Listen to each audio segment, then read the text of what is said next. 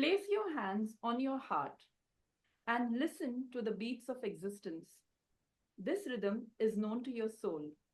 The portals have opened for your ascension. But you have to remember that at each step, you will be tested on your faith. So don't stop and don't look back, even if you have to align again and again and again. Hello, friends.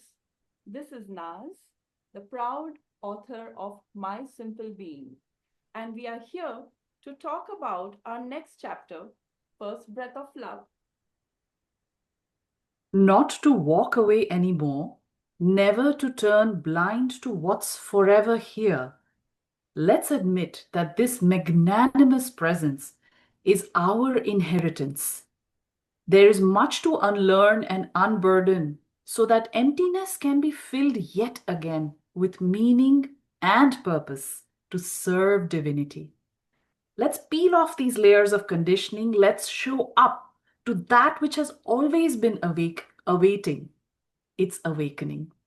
Hi, friends, this is Paro, the co author of My Simple Being, and today we are giving you a double bonanza. We will be talking about two of our chapters following the very first one, and thank you so much for the reception of that one. These two chapters are First Breath of Love and The Crossover.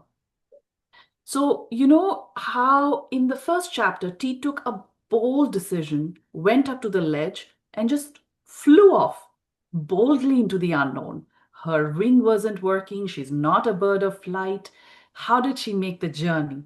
So, I know, Naz, you and I, for us, actually, these first three chapters are very pivotal because now the journey has commenced, but we are moving towards stabilization.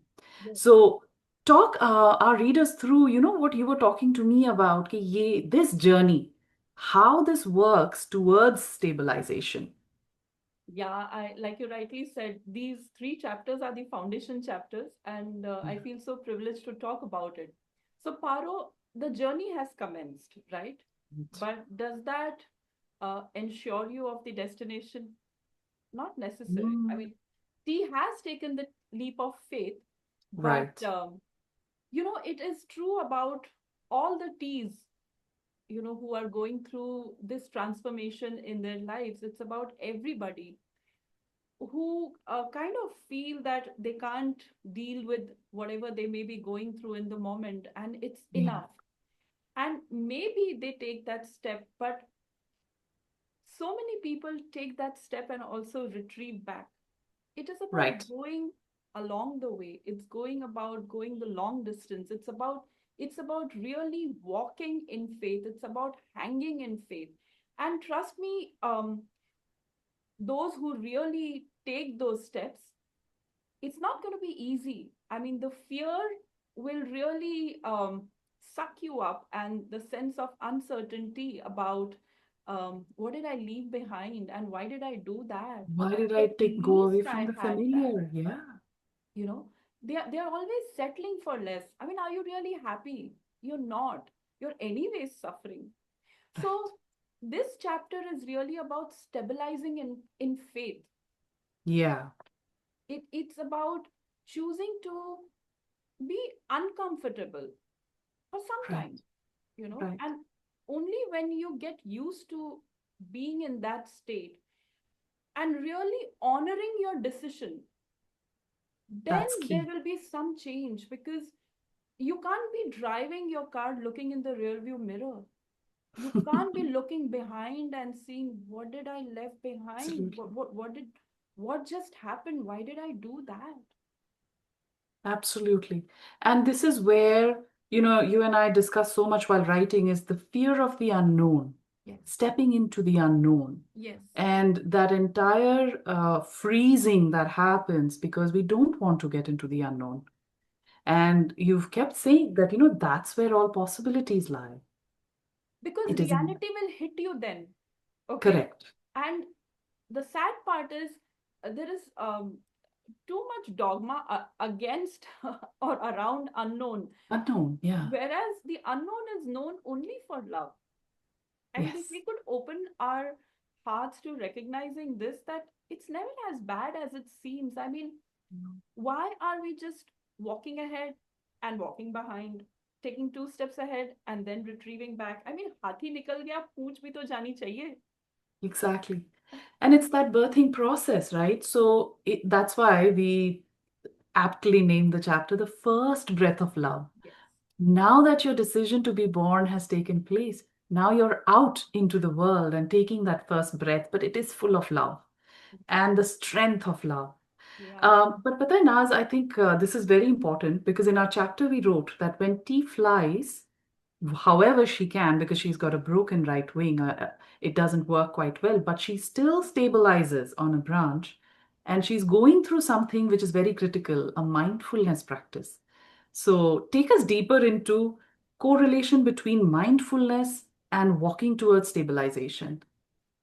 Yeah, I think one of the easier ways to stabilize in faith is really about noticing your present moment, because the divine has never left you, and it's Right. always already here, your present moment. So you can take your thought away from what did I do, or what's going to happen ahead. Right. You can take your thought from past and future to really anchor yourself in the present moment and see that all that you're looking for is already here. I mean, you will experience the grace of the divine. You will recognize that you are held by the Almighty. And if that is something that you'll experience, and why wouldn't it happen in the future? It really is about not trusting yourself and not having faith in the process. I Yeah. mean, I've seen so many people going through this. It's a constant push that they need. Why is it that you can't raise your inner dialogue to a frequency where you would feel guided by that? Why is it that we are, um, not open to listening to that guidance? Very true. And I know it's a journey, also anchoring ourselves in this faith. And this is where beautifully, right at this pivotal junction, the guidance comes, even in our story, in the shape and form of tree and M. So, to all the readers, if you have picked up the book yet, you already know that this is where our main guidance counselors have entered the story. So, T is not alone. But back to mindfulness now, let's do a practice. I think you have a wonderful practice that you call 54321. And Yeah, I think we're going to leave our readers with that solid takeaway. yeah, because it's so simple. Like I said, I mean, you always have your five senses with you Right. at any given point in time, and to experience your present moment, which is a gift, all you have to do is engage your five senses and whatever you're perceiving. So simple practice. I mean, five things that you see. It can be anything random, like this book, this phone, this pencil, this laptop, this wall, this light. Okay. Four things that you can hear. I mean, and it'll be good if you close your eyes and listen to the honking, the AC, my own voice. It could be any sound, the birds chirping, and you get present to what's around. Three things that you feel. This is your sense of touch. It can be Right. my cloth, or where I'm sitting, my weight, Your own skin. your own skin, the table. Two things that you're tasting. Okay, it could be the aftertaste of what you just had, or maybe just saliva. One thing Mm. that you're smelling, it could be just the breath or the perfume, anything. And when one does this, Paro, there is no chance, no possibility of any thought coming in there, because the present moment is so benevolent, so powerful, that it frees you from all suffering. So when T stabilizes herself in faith, and which is a journey for her, okay, when she's doing that, and when she's choosing to, anchor herself on the branch, she cannot deny that she's feeling the wind.